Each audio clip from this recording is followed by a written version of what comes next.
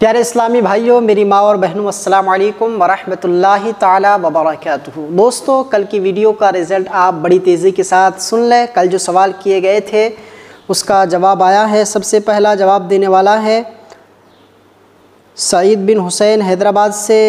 ان کا پہلا سلام کیا، وعلیکم السلام۔ پہلا جواب ہے عشاء سے لے کر فجر طلوع ہونے سے پہلے تہجد کی نماز کب پڑھی جاتی ہے؟ یعنی کہ عشاء کے بعد سے لے کر فجر کا وقت شروع ہونے تک تہجد کا وقت رہتا ہے، ٹھیک ہے؟ یہ تہجد کا وقت ہے، ٹھیک ہے؟ اس کے بعد دوسرا ہے سورہ مزمل 29 پارہ آیت 2 سے 6 تک، سورہ اسراء یعنی بنی اسرائیل پارہ 15 آیت نمبر 79، ٹھیک ہے؟ دوسرا جواب بھی آپ کا ٹھیک ہے ماشاءاللہ۔ تہجد کا ذکر جو ہے وہ سورہ بنی اسرائیل میں آیت نمبر 79 میں آیا ہے۔ اس کے بعد تیسرا ہے کم سے کم 2 رکعت، تہجد کی نماز کم سے کم 2 رکعت ہے، بالکل ٹھیک ہے۔ 2 رکعت کے علاوہ 4 رکعت پڑھ سکتے ہیں، 6 رکعت، 8 رکعت، 12 رکعت، آپ کو جتنی رکعت چاہے 100 رکعت تک آپ پڑھ سکتے ہیں، لیکن کم از کم نماز جو ہے تہجد کی وہ 2 رکعت ہے، ٹھیک ہے؟ تیسرا جواب بھی۔ اس کے بعد جو ہے چوتھا جواب ہے نفل۔ تہجد کی نماز ہم امت محمدیہ کے لیے، امت مسلمہ کے لیے تہجد کی نماز نفل ہے، لیکن حضور صلی اللہ تعالیٰ علیہ وسلم کے لیے یہ نماز بھی فرض تھی۔ یہ جانکاری بھی آپ حاصل کر لیں، حضور کے لیے نماز فرض تھی اور ہم امت مسلمہ کے لیے یہ نفل ہے۔ اس کے بعد پانچواں جواب ہے جب رات کا 1/3 حصہ گزر جائے۔ اچھا ماشاءاللہ، افضل وقت جو ہے رات کے آخری حصے میں نماز تہجد پڑھنا، یہ افضل وقت ہے، بالکل پانچوں جواب بالکل درست ہے، اس میں کوئی یہ نہیں ہے۔ اس کے بعد دوسرا جواب دینے والے ہیں ہمارے کنیز فاطمہ۔ عشاء کے فجر ادا کر کے سو کر اٹھنے سے لے کر فجر کا وقت شروع ہونے تک، بالکل صحیح جواب ہے۔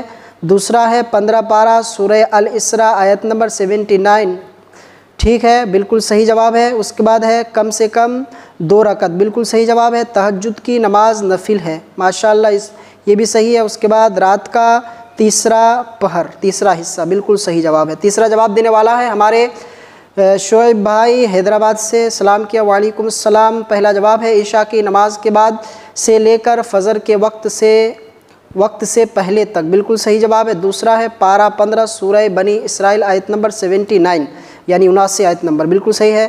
پارہ 29 سورہ مزمل آیت نمبر 2 6 3 2، بالکل صحیح جواب ہے، دونوں ہیں۔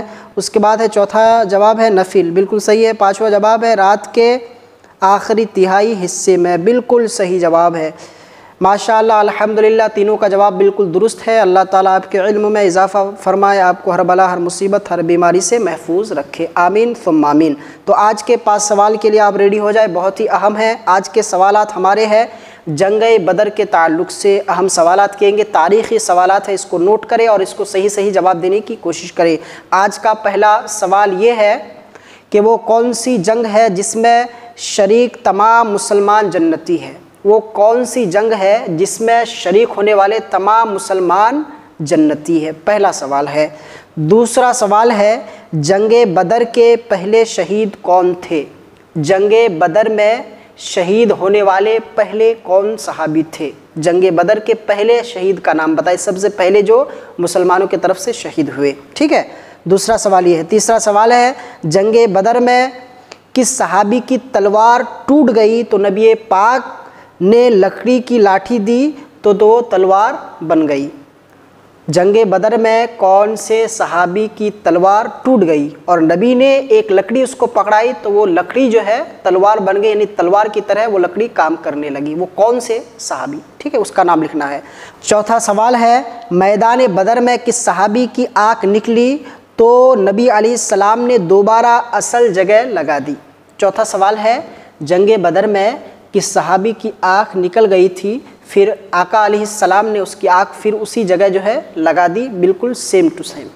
کون سے وہ صحابی ہے، اس صحابی کا نام بتانا، یہ چوتھا سوال ہے۔ پانچواں سوال ہے جنگ بدر میں کافروں میں پہلا مقتول کون تھا؟ جنگ بدر میں کافروں کی طرف سے پہلا قتل ہونے والا کون تھا؟ مقتول کا نام بتائے۔ تو یہ 5 سوالات بہت اہم ہے جنگ بدر کے تعلق سے، اس کو صحیح سے لکھنے کی کوشش کریں، اور جس طرح سوال کیا اگر کوئی سوال سمجھ میں نہ آئے تو کامنٹ میں آپ پہلے پوچھ سکتے ہیں، اس کا جواب ضرور دیا جائے گا انشاءاللہ تعالی۔ ٹھیک، پھر ملیں گے ہم کل کی ویڈیو میں۔ السلام علیکم ورحمۃ اللہ۔